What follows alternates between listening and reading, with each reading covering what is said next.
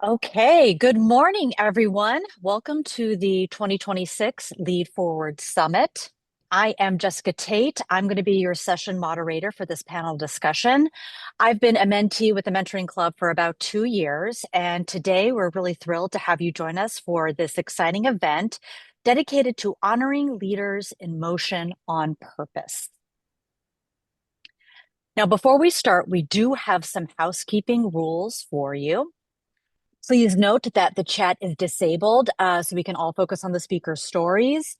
If you have any questions, go ahead and put them into the Q&A section. We will review them and direct them to our keynote speakers later. Depending on time, we might ask you to enable your audio to ask your questions to the keynote speakers. Today's session is Crossing Boundaries, Mentoring Across Generations, Geographies, and Cultures. Now, to guide you through this discussion, I'd love to introduce our panel speakers, Olamide Matthew, Andrew Samuels, David Wambura, Ava Johansson, Lizel Mendoza, and Dania Malik, along with our panel moderator, Peter Alexander. Pete, the floor is yours to invite our speakers for their introductions. Thank you, Jessica. Today, we're going to be exploring how mentoring becomes a bridge across generations, cultures, and geographies. Our panelists come from different continents, industries, and life stages, and each pair represents a unique story of learning across boundaries. And this conversation is about what happens when people who might never ever have met choose to learn from one another. So, in addition to introducing yourself as just a quick background for you, I do have a question for each person. What initially grew you into a mentoring relationship that crosses cultures, generations, or geographies? And maybe we could start with Olamide and Andrew. In many ways, I'd almost say serendipity. I hadn't set out to do this, but I just had a really cold outreach from Olamide via LinkedIn. And there's just something in the approach that was interesting, polite, because you obviously get a lot of outreach via LinkedIn. And we just started a conversation, and it just really sort of took genesis from there. There wasn't any planned initiative to do this. And here we are a couple of years on, and it's just one of these things that's worked out great. So I think keeping an open mind is a great way to see where a path can lead you sometimes. Andrew had said it was not something that seemed to be pre-planned. So I sent him a LinkedIn message, reaching out to seek a position for internship, a free internship actually, but at the moment the company was not recruiting, but he proposed he could be a mentor. And what I needed at that period in my career was a mentor. I mean, someone who I could shadow, someone who I could work with and who I can learn with. And he happens to be someone who fits perfectly into that, profile. Wonderful, wonderful. All right, David and Lucille, you want to follow up on that? Okay. For me, the reason why I needed a mentor that I lacked guidance and confidence. So, uh, especially in my fundraising, in my education, so I lacked confidence on how to approach people. So, I needed a mentor who can guide me on that. Yeah, and finally, I met Michelle Mendoza, who guided me, and finally, yeah, I'm success. Yes. Yeah, thank you for that. So the question, Pete, if I remember the question is what led us to a mentoring relationship? Is that the Correct. That question? crosses Yes. Okay. cultures, That crosses generations, and culture. Okay. geographies. Yes, Yes. correct. So for me, that is my day-to-day life since I established the mentoring club, because the mentoring club is a platform-based approach for connecting mentors and mentees globally. And so when I welcome people into the organization, I do the informational session. And when David came in, So same thing, I had that informational session with him, and I said, you have options to choose mentors from the list of mentors that are suggested to you, because when you registered, you said these are the development areas that I need help on, and then the mentors, when they register, they specify these are the areas of expertise that I would like to help people on. And so after that conversation, I guess I made a good impression to David, because he chose me as his mentor. And he was referred to us by one of our other mentees in Kenya, Mita. And I saw Mita in the other session earlier, so I don't know if he's here today. But yes, so Mita referred David to the mentoring club. We spoke and he chose me. It's wonderful, and that just shows the power of word of mouth as well, because being able to be referred to another person, that carries a lot more weight than just typical advertising. So it's a great story. And even Dania, would you go ahead and wrap it up here with what initially drew you into the mentoring relationship that crosses cultures, generations, or geographies? What happened was I was looking for a mentor. I have been a mentor myself, and in this particular case, I was looking for a mentor because I wanted to slightly change what I was doing, and I needed somebody who had an idea of more of the areas of expertise where I'm looking for. And a few people were suggested to me, and they were all my age, and I felt that I needed someone who was younger than me, who came from a different background than me, and who could put a different slant on situation. And Dania was one of the ones that recommended, and I thought, this sounds perfect. And I also, no offense to anybody, but I like the idea of having a young female, being my mentor. So that's how the relationship started. To be really honest with you, Ava picked me and I had a look at her background. I mean, who doesn't do a little bit of LinkedIn stalking? Yeah. It's the norm. So I did a little bit of LinkedIn stalking, and to be really honest with you, her background was absolutely brilliant.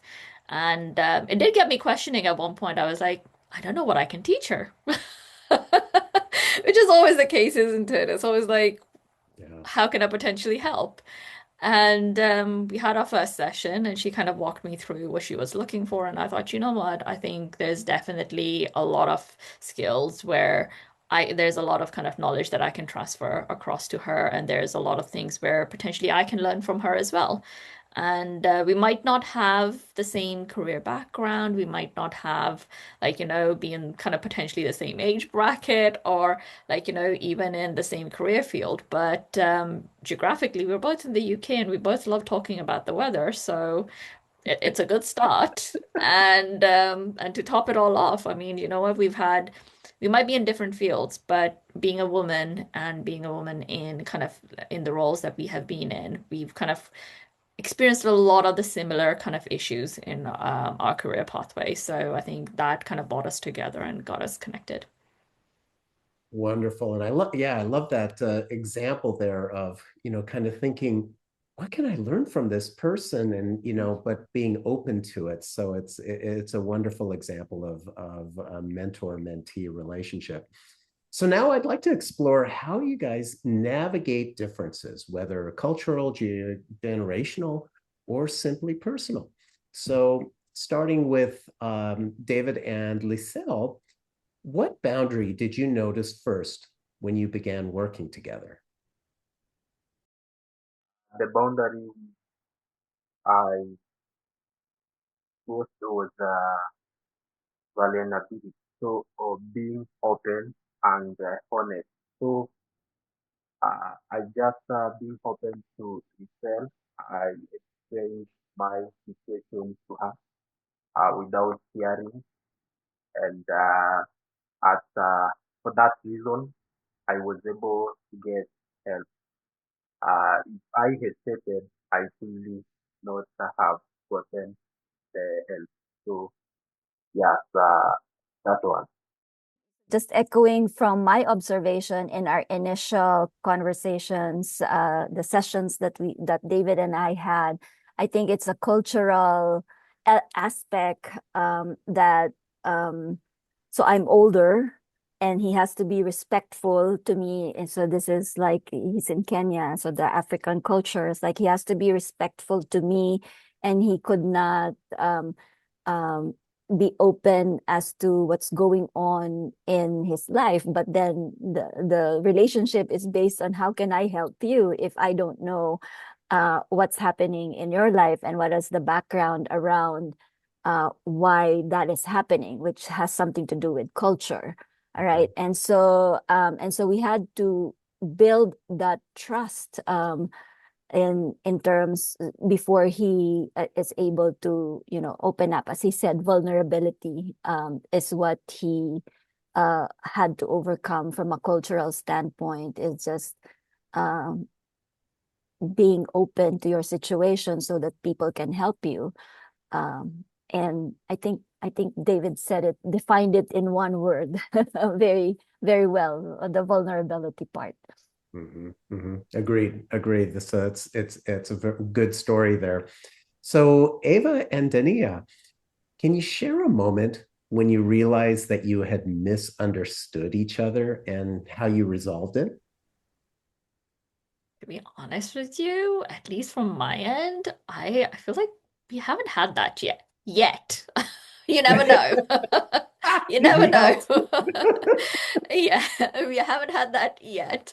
And to be honest with you, it's been a pleasure kind of working with Ava kind of as a whole. So I think kind of it might be kind of different cultures, different kind of a little bit of background, but we're both based in the UK, and I think that kind of gets rid of a little bit of a boundary, kind of a cultural boundary there for both of us.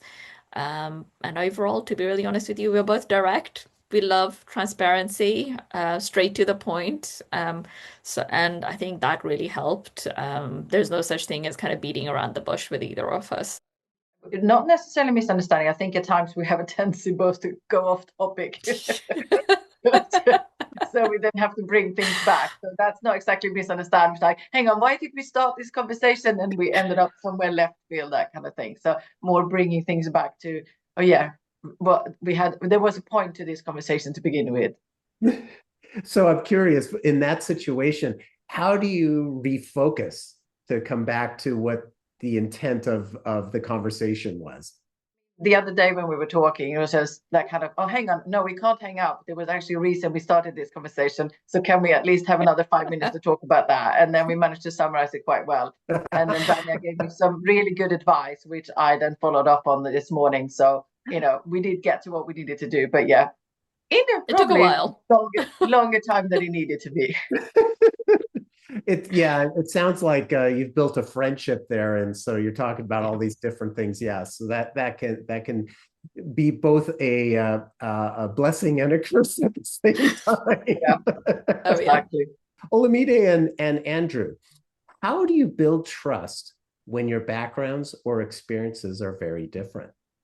We've built a very solid friendship, relationship, mentorship across the way. For me, mentoring, like I said, I didn't step out to do mentoring. I have done it in the past.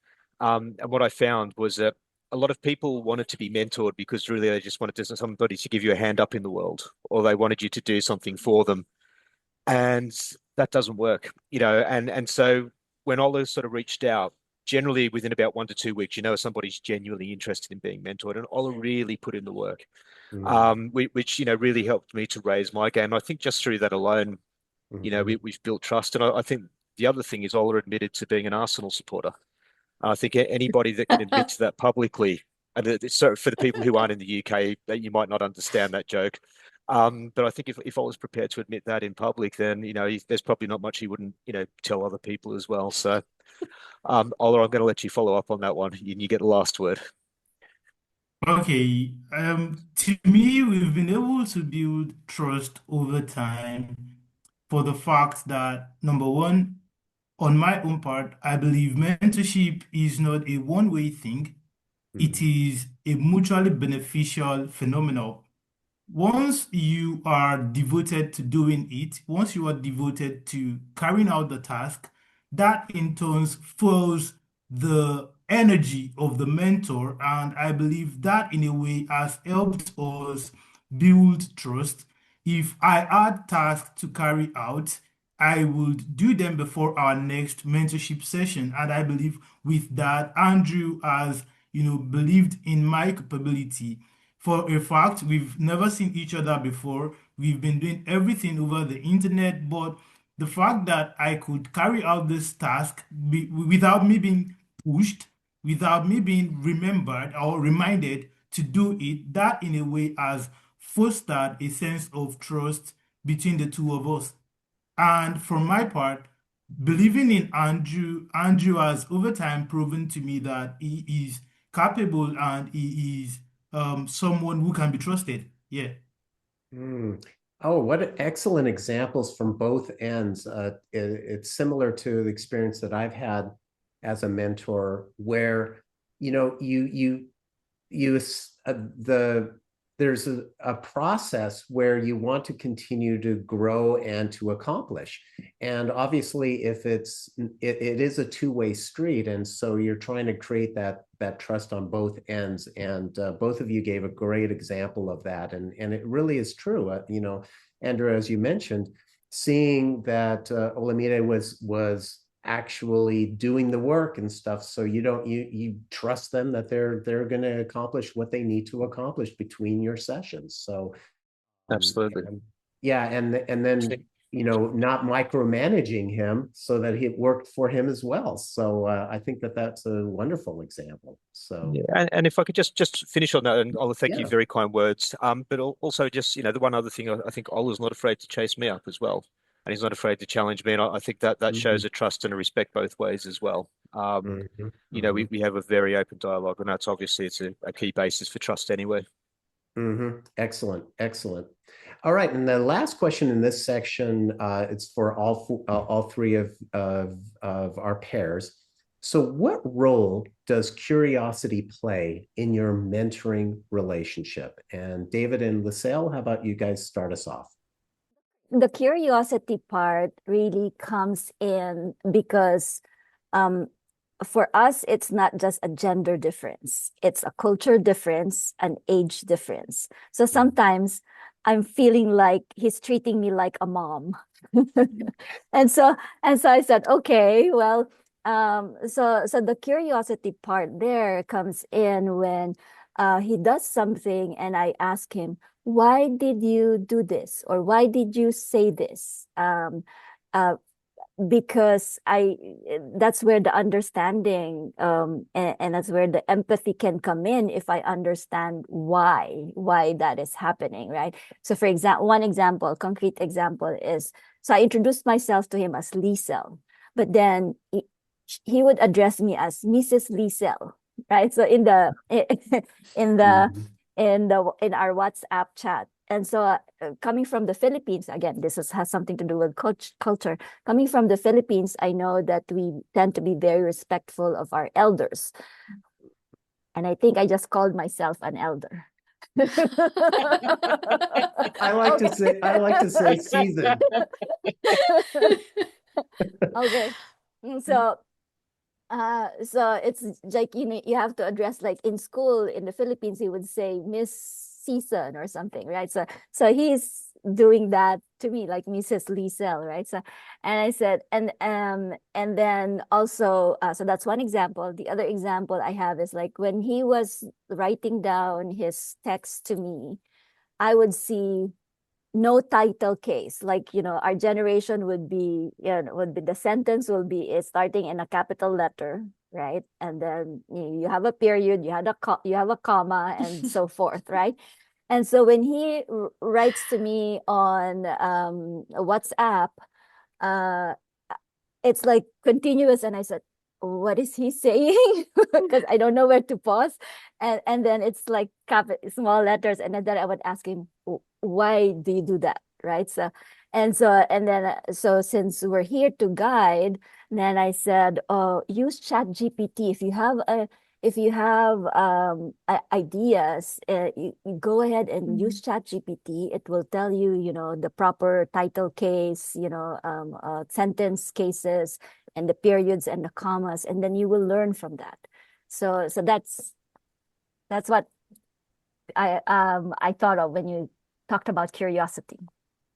Yeah, for me, I can say the role is being consistent.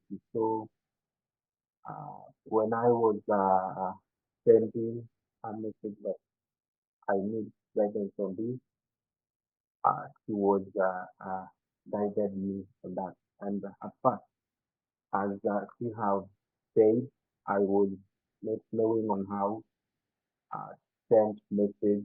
Professionally, I was mixing letters, but he guided me. He then showed me on how to use ChatGPT. So I now corrected my mistake. Then I learned from there. Lisel, could you summarize that with David? Because I had a hard time. I think he was echoing what I just said about, introducing him to ChatGPT. He learned that, and that builds upon the curiosity that he has in terms of technology. I think that's what he just said. David, can you try to speak a little bit now? And if you'd like to add anything to that.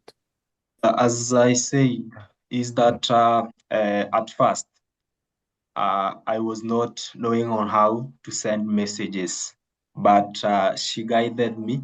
She introduced me to the ChatGPT, so I knew how to use it and send message professionally. Yeah, and also on how to approach people confidently. Yeah, so she guided me on that. I remember I was doing a fundraiser for my education. So I was afraid on how to approach people, talk to them, that I need your help on that. So she guided me on that. I knew how to talk to people. And at last, I was able to fundraise for my education. Thank you, David. And thank you for adjusting your microphone because I could hear you perfectly now. All right, Ava and Dania. So how's curiosity play with your mentoring relationship? For me, I think the curiosity kind of came in from Ava's background, Ava's kind of career pathway to date. Like I said earlier, LinkedIn stalking, had a quick look, and I was like, oh wow, she has a lot of experience. And for me, it was also about kind of potentially, because I always see mentor and mentee kind of relationship as a two-way road. Like you might be learning, like they might be learning there to learn something from you, but in the end, you end up learning something from them at the same time. So for me, that was kind of one of the biggest kind of go step forward with Ava, because I was like, okay, you know what? She's from a totally different career pathway, has had totally different experiences in her career.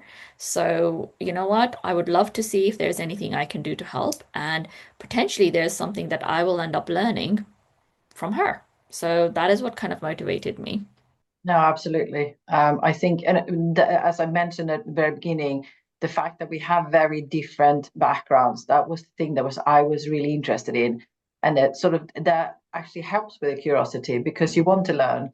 And yes, you can find out some things on LinkedIn or using the internet, but then asking people, what was your experience in, as you progress through your career, and how did you find things? And sometimes we share it and sometimes we have very different experiences, but it's just really curious because it's never boring.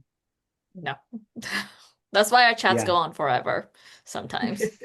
And and it's a great example too, because looking on LinkedIn, looking at somebody's profile, it's a resume basically. And so to be able to talk more in detail about specific parts of it, you learn some really interesting tidbits that you don't come across, on a resume. So that's a great example. And Olamide and Andrew, how about you guys? What did curiosity play in your mentoring relationship?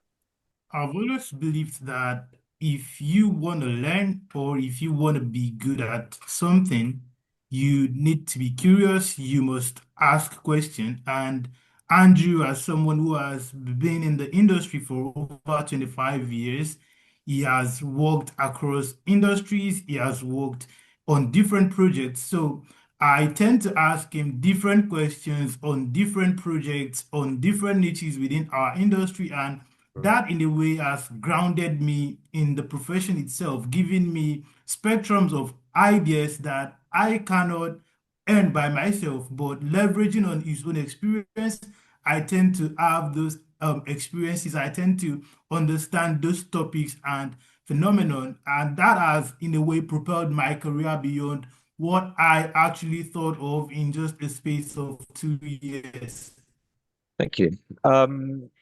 Yeah, and I think to build on that, so I mean, I really liked Dania, what you said about it being a two-way path. To it is a two-way channel, and I think initially when we started talking, my curiosity is why does somebody that's young, how have you got so interested in governance, risk, and compliance? It's a very specific topic, very specific area to want to be involved in at such a young age as well.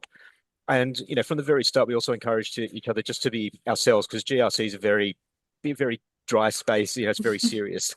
But we agreed early on we can show ourselves as individuals and human beings as well to engage in a conversation.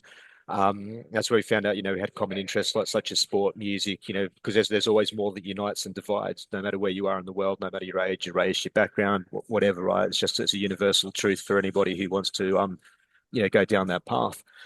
And what I found over these 2 years now is, I mean, firstly, Ola's a key part of my company. He's somebody that I rely upon. I've learned so much as well because I mean, we've taken the framework or the fundamentals of GRC, but we've applied them to Nigerian situations, because Ola was passionate about how do we give back in our community? How do we make this work within there? It's not just about how do I get a great career and a sports car and a good tie or something like that. It really, the genuine commitment to want to do good and to give back into society. And I think in a world where people talk about it, it's lovely to find people that do that, right? So I got to learn a lot about what it's like in Nigeria, to be able to kind of apply GRC principles. And that got me thinking about things and that's helped me that way. And then I think, the other thing that's generational in this is that, when it comes to things like social media, the online marketing side of things, I'm very much, still thinking Facebook's quite cool. I'm a long way behind Instagram, let alone TikTok. And Ola's done a fantastic job, and I've learned so much when it comes to, how do you create your social media plans? How do you create the content for that? And it's really starting to work for our company now. So I think, whilst it's one thing to share your knowledge, no one's ever too experienced or too old to be able to learn from somebody else. And it's got nothing to do with background or race, race or age or anything like that. Everyone's got something to offer if you want to listen. What a great example on both ends there. And I heard that reference to the sports again. So the Arsenal, is that Yeah, well, it's probably, you didn't ask us about disagreements. It's probably the one area where we have to agree to disagree, but we'll leave that for the time being and let the audience look up Arsenal. Except to say they've got many less trophies than the Liverpool, and we'll leave it there. And for those listening who don't know anything about that, that's well, I'm going to say football, even though I'm in the US. We call it soccer. Thank you. Exactly. All right, let's go ahead and shift to what you've learned from each other in addition to what's already been shared and how those lessons have shaped you personally. Okay, so Ava and Dania, how about you guys start off on that one? I think that there's quite a few things I've learned. So one of the things, because Dania, I was been running her own company, so I wanted to sort of get her insights of the challenges she's experienced in that and how she's overcome it. And that has been super helpful because I'm, sort of do I, don't I, and what does that mean? And I, have lots of experience working in businesses and I can share some of that with her. But for me, it's that kind of insights that she gives me, and having done it from quite a young age, is that what drove you to do it? What made you not too scared to do it? Because I think sometimes the older you get, sometimes you get a bit hesitant to do things. And so listening to somebody who's decided that, you know what, I'm going to try and do something different, that for me is something I really learned. And just don't be scared to try things. So I think that's been really useful for me to have that conversation. For me, the biggest one has been Ava's background and her career pathway. I will be really honest with you, I couldn't sell anything to save my life. Point blank. Like I couldn't sell water to somebody in the desert. So having somebody, knowing somebody that has that skill, somebody that I can kind of reach out to with questions, and somebody that I can kind of like, potentially get some support from, I think is absolutely amazing. And Ava has huge, huge, huge mountains worth of experience in that. So definitely, like, it's more of a kind of, like I said, it's a two-way road. We both kind of explore, and loved the reference to social media there, Andrew. I'm an absolute nightmare. I mean, just to give you an example, I recently broke my LinkedIn, and Ava's been trying to help me with that. Oh, That's where actually I'm the older and I'm seen to be slightly better than the younger. So it makes me feel good, right? oh my gosh, absolutely. Especially with technology. My goodness. Oh, Oh, and Dania, saying that you can't sell anything. The thing I always used to tell my students is that everyone in their particular role has some sort of sales or marketing, because think about it. Whether you had, interviewed for a job, or, started your own business and needed to generate customers, there is some sort of selling and marketing that's involved in that. So no matter what role someone has, they have had to perform that. So you've been successful at it. Just give yourself credit for it. So What I don't let always my say. medical colleagues hear that, please. yeah, but you know what though? You've got credibility with them, and that comes from basically sales and marketing, even if it's, you just personal, your personal experience with them. So it really, as much as you want to think, oh, I'm not advertising myself. No, you're not advertising yourself, but you're doing stuff that builds that credibility. To touch on that, I was saying this to, giving this as an example to Ava. So I have a mentor at the moment myself, and she's actually younger than me. Ah, She's 25, and she's really good at social media. She's really good at creating personal brand. She's really good at like doing the marketing side of things, which, like I said, I don't like, is not my strong suit at all. So I've been taking support from her. So this is mhm, what I mean when I say, like, we are all there to learn something. It doesn't, for me, kind of age is but a number. Like, mhm. everybody has different skill sets that we can learn from. Absolutely. Absolutely.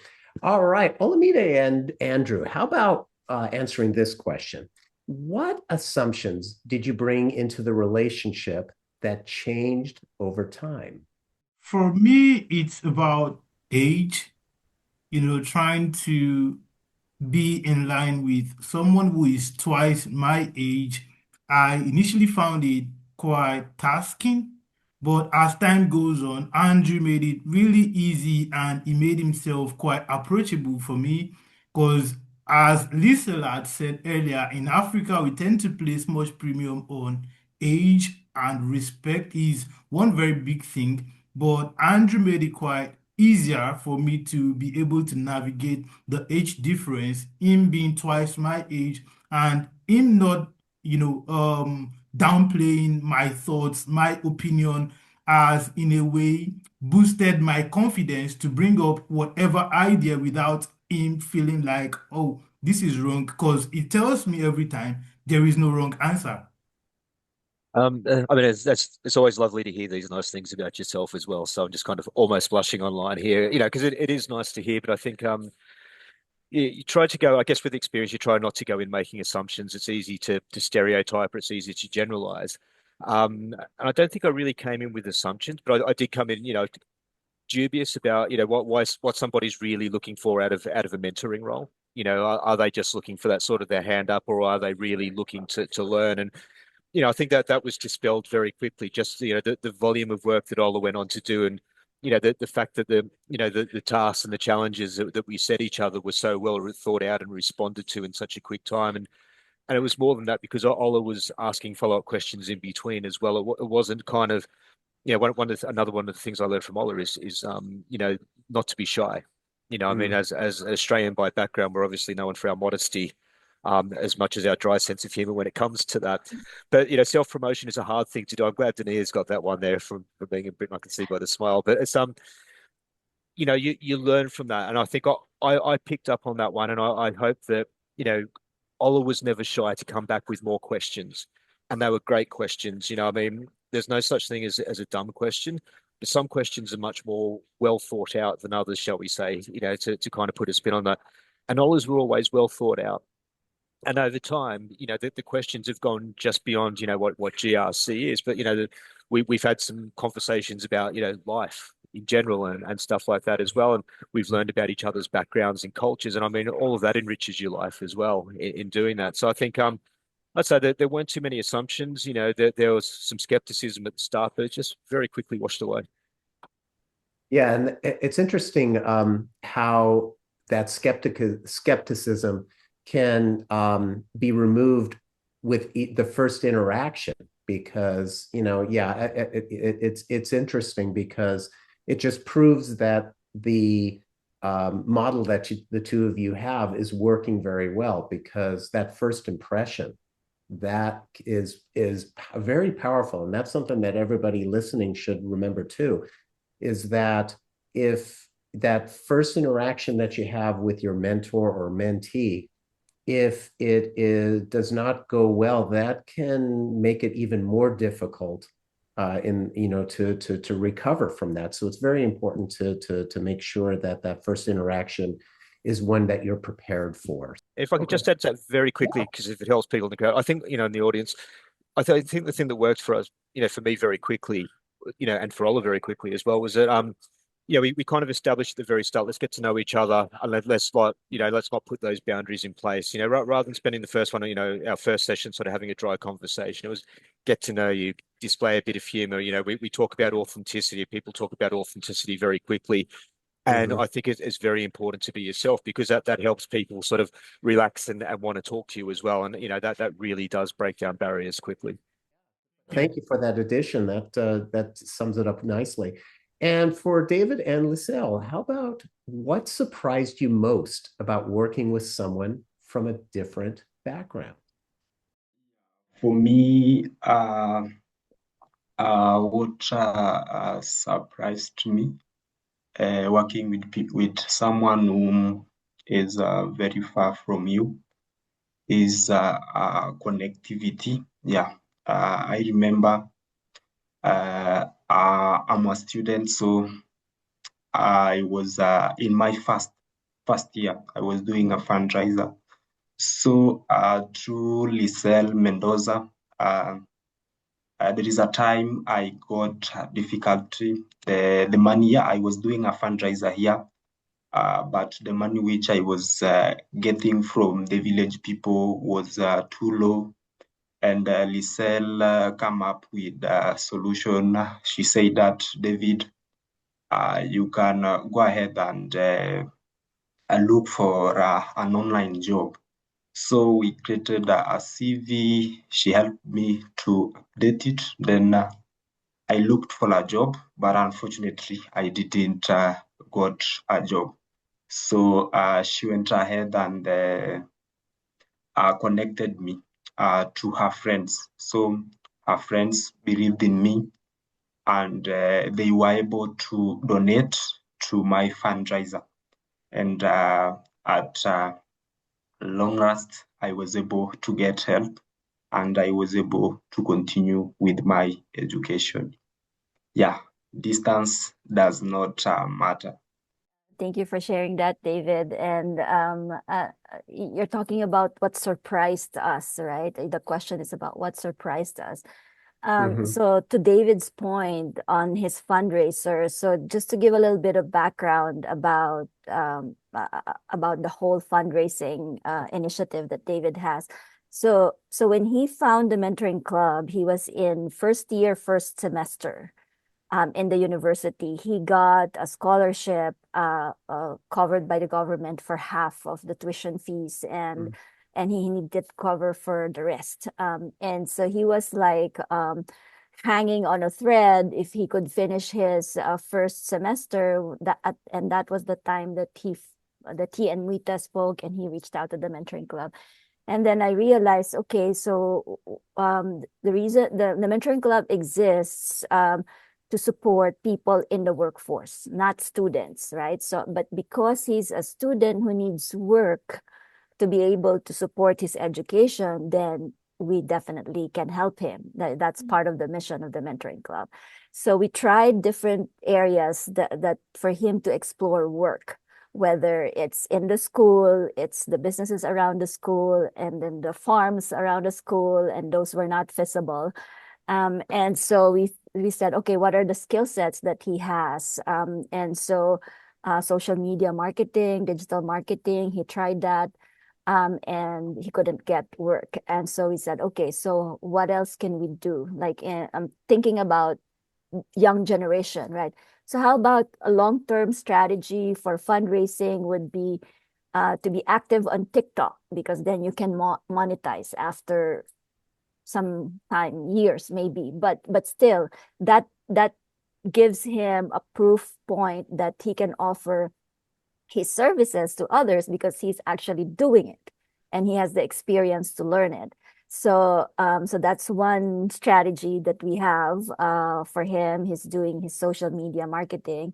And then what surprised me the most was when I talked to my friends about his situation, then my friend said, I want to help, right? And then I realized that I'm part of an organization whose mission is to serve kids in the community, like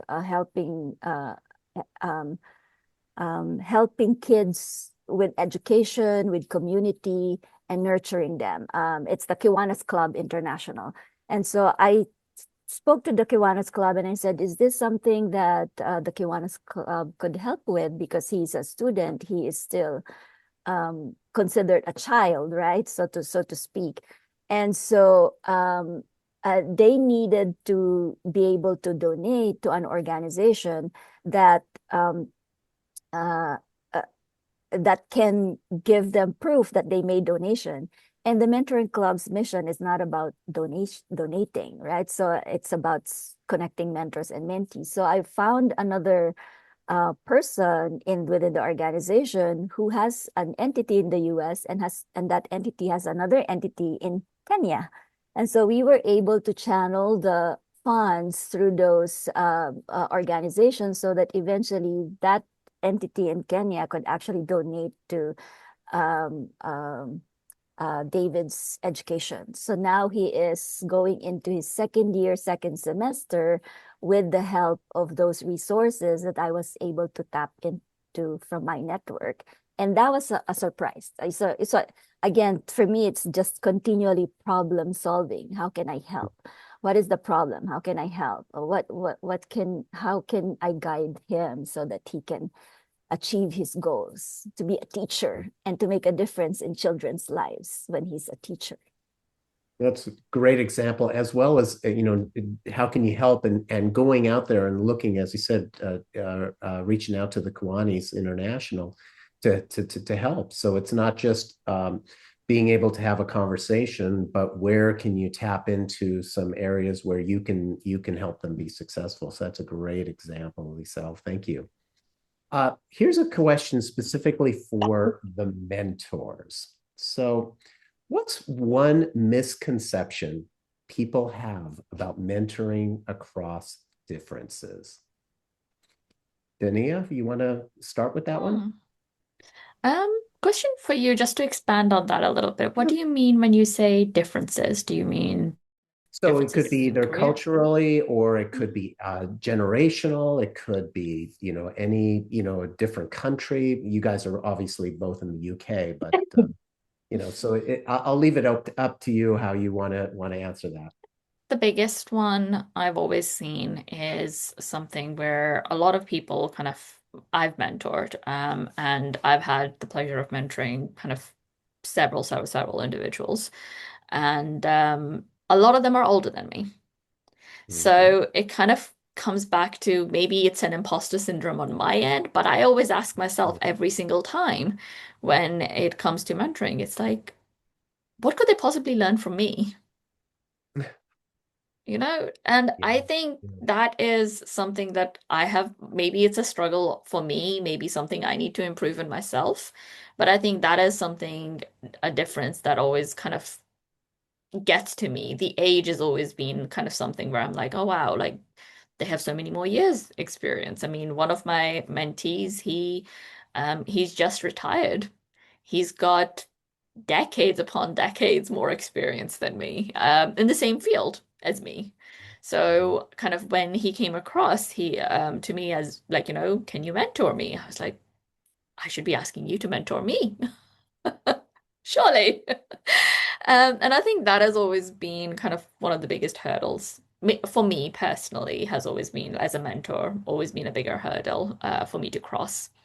But I can also see from the other end as well, where kind of me having now a younger mentor myself, I think that has helped kind of in a way, because I can kind of see, okay, so yes, different generations have different skills that kind of like, we might not have learned previously.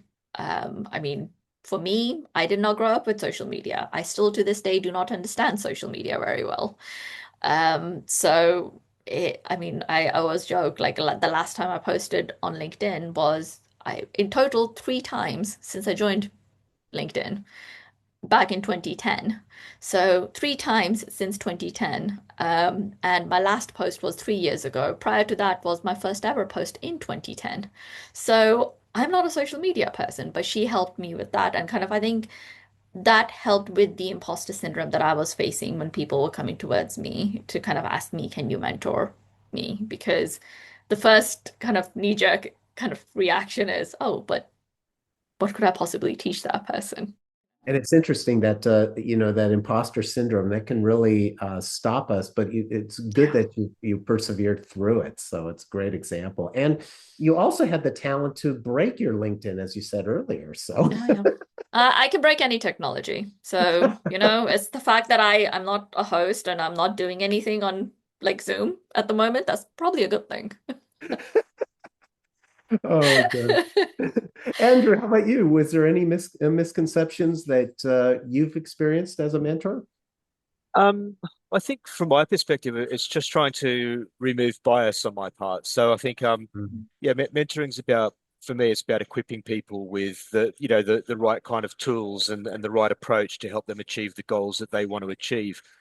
And, when you look at it sometimes, whether you look at it as a mentor, whether you look at it as a parent, sometimes, the things that work for me or make me happy aren't necessarily the things that would work for somebody else or make them happy as well. So, there's certain fundamental truths in lives, absolutely, but it's about sort of making sure that I guide someone. And one of the things I'm always very, I guess, keen to make sure that it's well known when we talk about these things is don't take my word for it.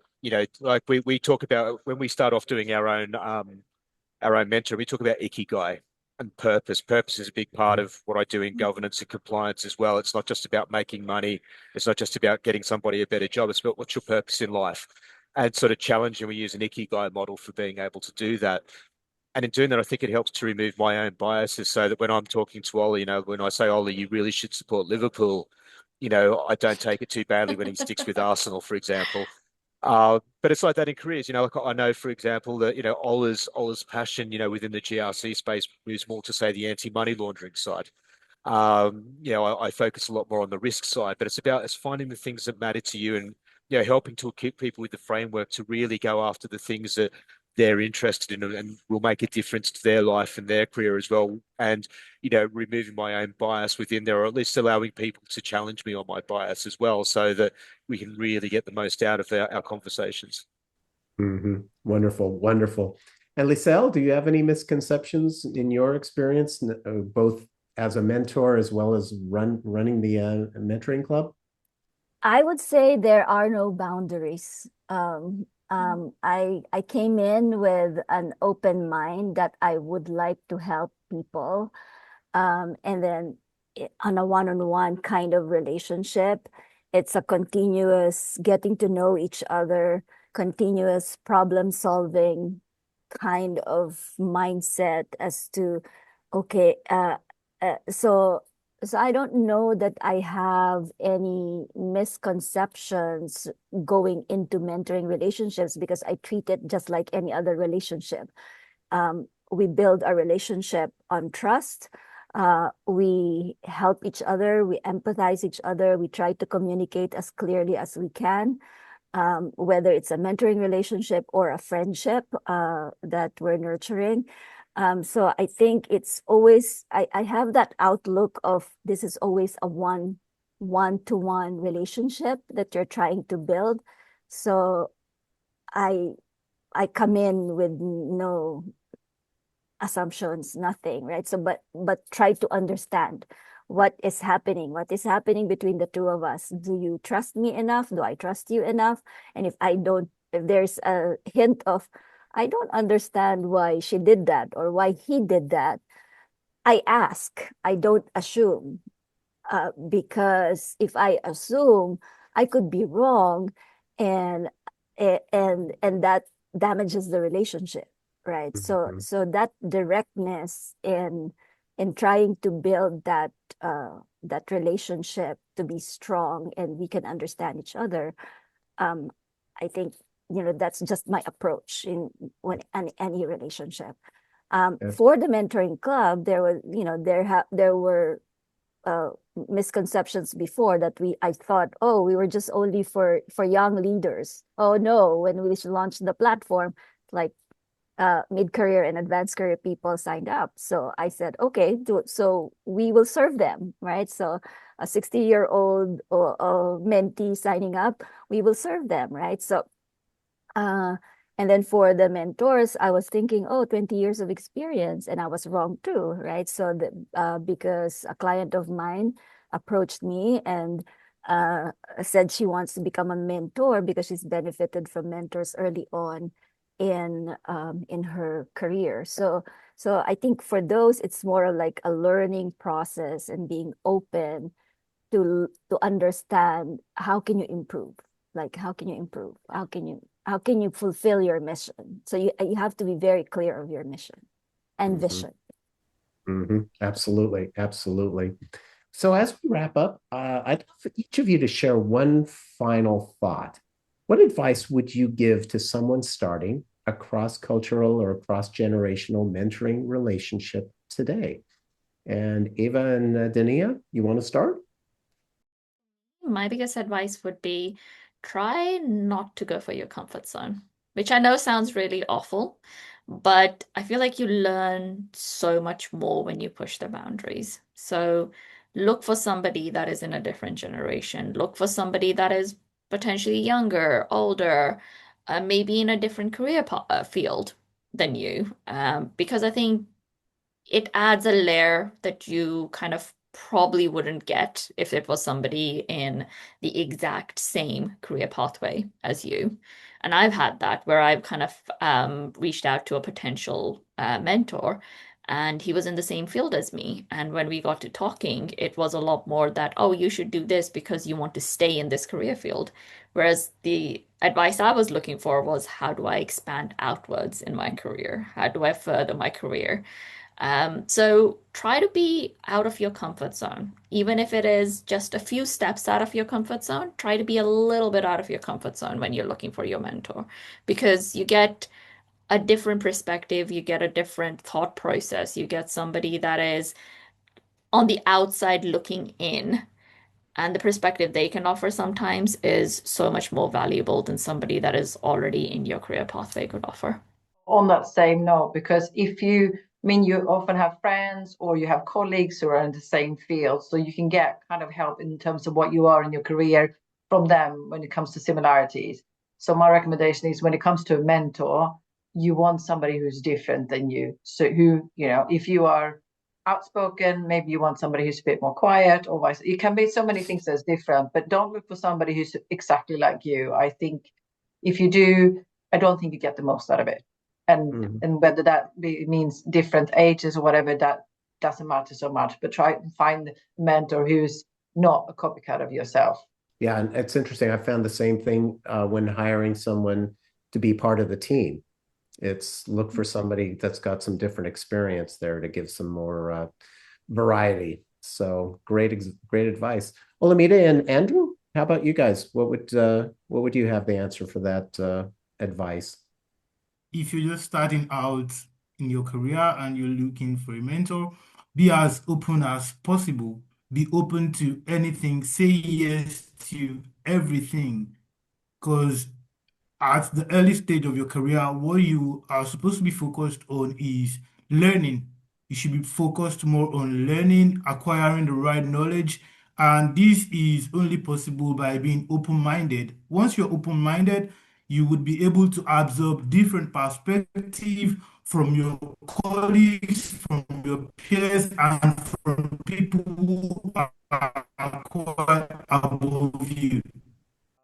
Embrace the differences, enjoy the diversity, go in with an open mind because, as a mentor, you will learn as much, if not more than the person that you're mentoring along the way. So, just jump right in. We talk about going out of the comfort zone, but, my life is a hell of a lot richer for the last 2 years that I've been doing, and, long may it last.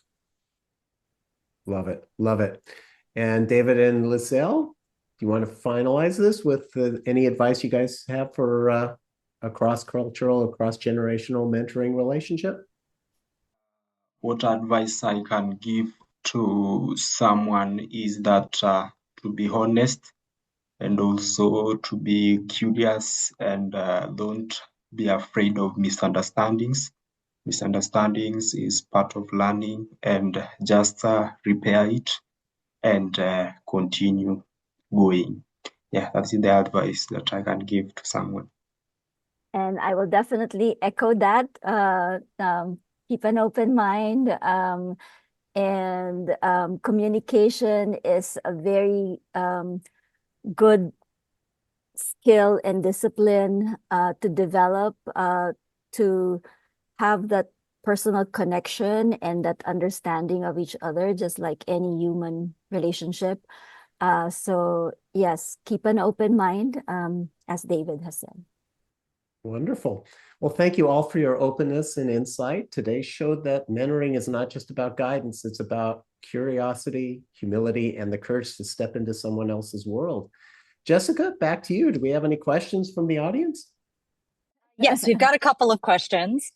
Firstly, I don't think this one has been addressed. What were some of the biggest challenges that you've experienced during these kinds of cross-cultural mentor-mentee relationships, and how did you overcome them? Ava and I, thankfully, are in the same time zone.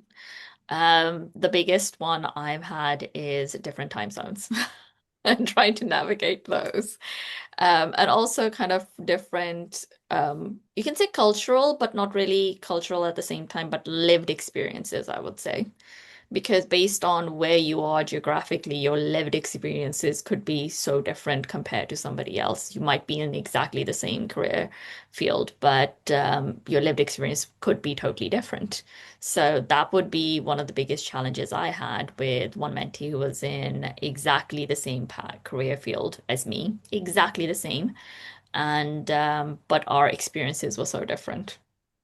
I was just going to say, I think the one area where Ola and I struggle sometimes is just with technology. The bandwidth sometimes it's difficult to communicate. I think we heard a few latency issues on the call. We always find a way around it, but it's more of a physical rather than a cultural barrier. I think from a cultural perspective, like I say, it's more interesting than different. The technology across boundaries can make it a bit challenging. Totally echoing that one with you, kind of, Andrew. Ava and I have gone from Zoom to, I think we attempted Teams once or twice, gave up Don't on do that, Teams. and we've kind of now we've said, okay, you know what? Worst case scenario, we have WhatsApp as backup. WhatsApp is always there. Yes, indeed. We use that a lot, Ola and I now. Andrew is in the UK and Olamide is in Nigeria. And for me, I'm in Silicon Valley and David is in Kenya.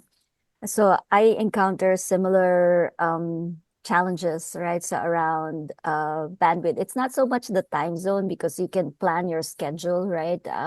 You just have to agree that, it's his evening and it's my morning and we find a way to connect. The technology is where some of the issues occur, and even like electricity, like, oh, there's no power, or and there's no charge on the phone. So he could not even let me know that he would not be able to attend because there was no electricity since morning, and they wouldn't know when it's going to come back. And so he was hoping it would be up by the time in the evening, and then his battery charge is gone. So he's not even able to inform me that he would not be able to make it. So things like those, we get again, continuous problem solving kind of mindset is how do we address those. And even for this conference, right? So we have a backup for David. He recorded himself because we were thinking, oh, we don't know if he can make it. So those are some of the challenges, but yeah, I know all of them have a solution. And we do have a question, not directly related to the content today, but we have a question about how the mentor-mentee pairing works. Our mission is to connect mentors and mentees in the workforce for leadership development mentoring. And therefore, when a mentee registers, they get the opportunity to have an informational session. So I get to orient them. I mentioned, I think in the other session that in part of the orientation, we share our values so that we know that we have some alignment in values as a community. And then I try to understand what are the goals of the mentee, and then what are the skills that the mentee has to develop in themselves in order to achieve the goals. And in the platform, once they register, they will have a long list of suggestions for mentors, because the mentees enter during registration, these are the development skills that I need help on. And then mentors, when they register, these are the areas of expertise that I can help mentees on. Because at the end of the day, it's about the mentee having a goal, and they need to develop specific skills to be able to achieve the goal, right? And so the mentors will be the guide towards the goal. And so when we have that session, then I will let them know if I can give them a short list of mentors that they can connect with. I do not assign. I let them decide who to reach out to, because we are looking for mentors, mentees who are driven to become leaders. So leaders choose for themselves who they want to connect with. And so what I will say is just research this mentors who are in the platform. Based on what you shared with me, I think these are the mentors that may be helpful to you. And then you decide if you want to reach out to them. So that's how the pairing is done. It's not assigned. It is at the discretion and the decision of the mentee once they have researched the mentors, and then they reach out. Excellent. Thank you. Well, before we wrap up, I want to extend another heartfelt thank you to all of our panelists and our panel moderator. Thank you so much. We really appreciate the time and effort that you've all put in to sharing your knowledge with us today. And let's give them all a virtual round of applause. Thank you. Thank you, everyone. Thank you. Thank you. So for those of you attending, please complete the session surveys to help us improve and continue delivering impactful events. As a thank you, you will receive a 1-month free mentee subscription to the Mentoring Club for every survey completed. So if you complete 6 surveys, you get 6 months free. Discount code will be sent to you a few days after the email. First 10 respondents will receive an exclusive giveaway. So fill that out quickly. And if you love today's session, feel free to take the next step, becoming a mentor or a mentee. You can scan the QR code shared here to join the Mentoring Club and make a lasting impact. And if you're ready to dive deeper into leadership development, join our premium workshops for in-depth multi-session learning experiences over the coming months. These workshops are going to build on this summit's insights. They're designed to help you grow as a leader. Again, you can scan the QR code here to learn more. And if you sign up today, you'll get a 25% discount using the promo code LFS2026-WKP. And you can get a VIP pass for on-demand access for all event recordings after the summit. We are offering the VIP pass for $13 for 13 sessions. But to celebrate the 10-year anniversary, we are extending a 10% discount when you subscribe to the VIP pass today. Just scan that QR code. And if you're free, you can join us for the next session, Leadership Liftoff, Building Your Leadership Brand. In the meantime, I believe we'll be enabling the chat so you can connect with fellow attendees. And we'll also play a special video introduction about the Mentoring Club.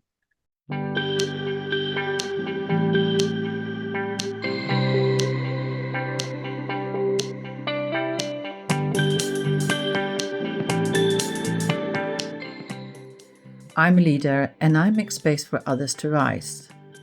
For me, that means not always taking charge of everything, not always telling people what to do, but instead listening to people, understanding what motivates them, what they're interested in, and what drives them. Understanding what drives somebody is a great way to get the best out of them and let them try things for themselves, not constantly controlling and telling them what to do, but instead understanding what makes them tick. That could be, in my case, giving up some of the training elements that I love doing, but instead letting somebody else try it, letting somebody else take charge of the training. And to begin with, probably not being the best they can be, but that's where you come in. You coach them, you teach them, and you help them grow. That makes them better, they feel valued, and you feel that you've given something back. This is how I lead forward. I am a leader, and I believe growth happens together. As a mentee at the Mentoring Club, I have learned that leadership isn't about position or titles. It is about showing up, learning, and growing alongside others. I have gained skills in fundraising, communication, and building genuine connections, and support I received helped me continue my education during uncertain times. Real leadership starts with listening, empathy, and encouraging others to step forward. Today, I lead with purpose, collaboration, and shared growth. This is how I lead forward. I am the leader, and people matter more than the metrics. My name is Olga Smagilova. I am the mentor of the Mentoring Club already for 5 years, and I would like to tell one short story. 6 years ago, I was leading business transformation in Asia Pacific. The poll was delaying with certain requests. The metrics were not good, especially the people were laid off in the big countries. So I landed there just before these layoffs are happening. So I need to raise the morale, and I was building the cross-cultural links in order to establish the trust first. And when we establish the trust, it's actually metrics gradually, month by month, start improving. This is actually proves that people can drive, and is most important asset. And relationships are very, very fundamentally very important. So when people trust you, that everything is possible, any transformation is possible. This is how I lead forward.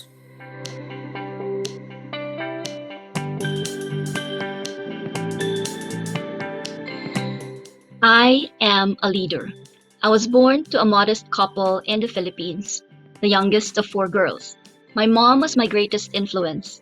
I take after her with her kindness and creative problem-solving discipline. I have been in California for 22 years now. I joined an internet consulting company in Silicon Valley as business development manager in 2002, became chief operating officer and part owner after 8 years, then exited in 2020 to focus on the Mentoring Club, my give back passion project. The Mentoring Club connects working people to accomplished leaders for leadership development mentoring. With a growing community of hundreds of mentors, mentees, volunteers, donors, and partners globally, we are giving the gift of leaders to the world. What is my vision for the Mentoring Club? When I started the Mentoring Club in 2016, I declared that our mission is to provide a mentoring community for young leaders. When we launched, not only young leaders signed up, mid-career people and advanced career people signed up. And so we evolved our mission to provide a mentoring community for aspiring and seasoned leaders, where seasoned leaders refer to both the mentors and the mentees. Today, anywhere in the world, we help working people find mentors who can guide them to develop the skills they need to achieve their career and life goals. We help mentees fulfill their goals through meaningful work that creates positive impact in the world. We believe that when we're doing meaningful work, that's when the leaders in us come out because we care about the results. And when we care about the results, then that is how we can make a positive impact in the world. Ultimately, my vision is that as mentees become successful leaders, my dream is for them to become mentors to others. And that's how the cycle of giving back can continue, hopefully without end, hopefully even long after I'm gone. When Lisel put that vision on the screen, it made it so easy for me, one, to take in, and two, to brag and share. This is what the Mentoring Club is about. Now, contrast that with, here's a one-page brochure. Read it and then share it. I'm not likely to do that, but just because Lisel made it easy for me to see a picture, the best part of the picture, I could see myself in that picture. One of the ways we attract people into the Mentoring Club is to share our leadership core values. Our anchor values are trust, leadership, and community. Under trust, we believe that integrity, honesty, and commitment are what make us trustworthy as individuals and professionals. Under leadership, we believe that health, vision, and execution are all needed to be successful leaders. One without the others pretty much leads to nothing. We have to have all of them. And it is understandable that not all of us will be great at both visioning and execution. So if you're great at visioning, find somebody to help you execute. And if you're great at execution, find somebody whose vision you can support and help execute. That way, both of you can become successful leaders. And the last anchor value, community. Under community, we believe that humanity, contentment, family are the social grounding forces that make us feel fulfilled and happy. At the end of the day, even though we're successful as leaders, if we don't have anybody to share that success with, then it will be a lonely success. And so we encourage everybody to think about their values. And if those values align with ours, then this may be just the right community to be a part of. What are the proofs that the vision and the mission are being realized? Throughout this conference, I invite you to watch some of the testimonials that our mentors and mentees are sharing about their experiences within the community. One thing's for sure, the relationship of a mentor and a mentee is a serious one. And it is not a spur of the moment thing. It is not something we just feel like doing on a Monday morning. And the commitment and the deliberate effort to work on that relationship is paramount. And you've got to give it enough time to work, because maybe when you first a couple of meetings, it take a while for the chemistry to work, but you can't just make a conclusion and say, no, it didn't work out, I'm going to call it quits now. Give it enough time to work through, but put your efforts in.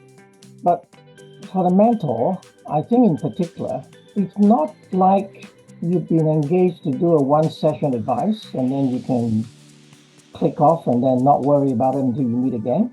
Mentoring is about thinking about the other person when they're not there. You need to think about what is the next step. What are the next things that you could add value to their lives? Whether you have it or you don't have it, you can research it or you can talk to your friends about it.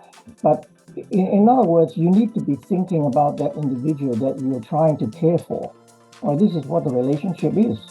So if we have the attitude of reaching out to try and provide as much as we can in a loving way, in a caring way, then I think the mentee will benefit either way, and you will benefit from the response that comes back. I have some prepared again, my amazing, beautiful Google document, and I come with it to Josie with my goals, early goals and monthly goals. And Josie asked me, Anya, what about your victories? I'm absolutely sure you have some victories today. Would you please mention something? And it was so super usual day, absolutely boring meetings on the job, not victories, not something to, I don't know, really important. And I was a little even speechless. I was not ready for this kind of discussion. Josie explained me a little that actually you have a lot of good work, you are nice, and you did something nice today, and it's okay to name it as victories, your small own victories every day.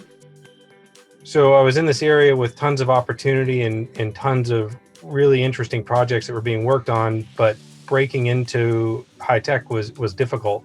I interviewed for a bunch of different jobs and just didn't seem to get there. So I was doing some networking and came across the mentoring club, and after talking to Liesel, joining was really a no-brainer. I was interested in project management, which a friend of mine had suggested based on my past experience that would be a good intro into tech. After looking at Hong's experience, he was a clear choice as a mentor. Through the process, I found Hong to be open, engaging, and most importantly, full of practical advice. Since I started working with Hong, I obtained an internship at a startup. 2 months later, was offered a full-time position. 6 months after that, was promoted to be manufacturing manager. And it's just been all go since then.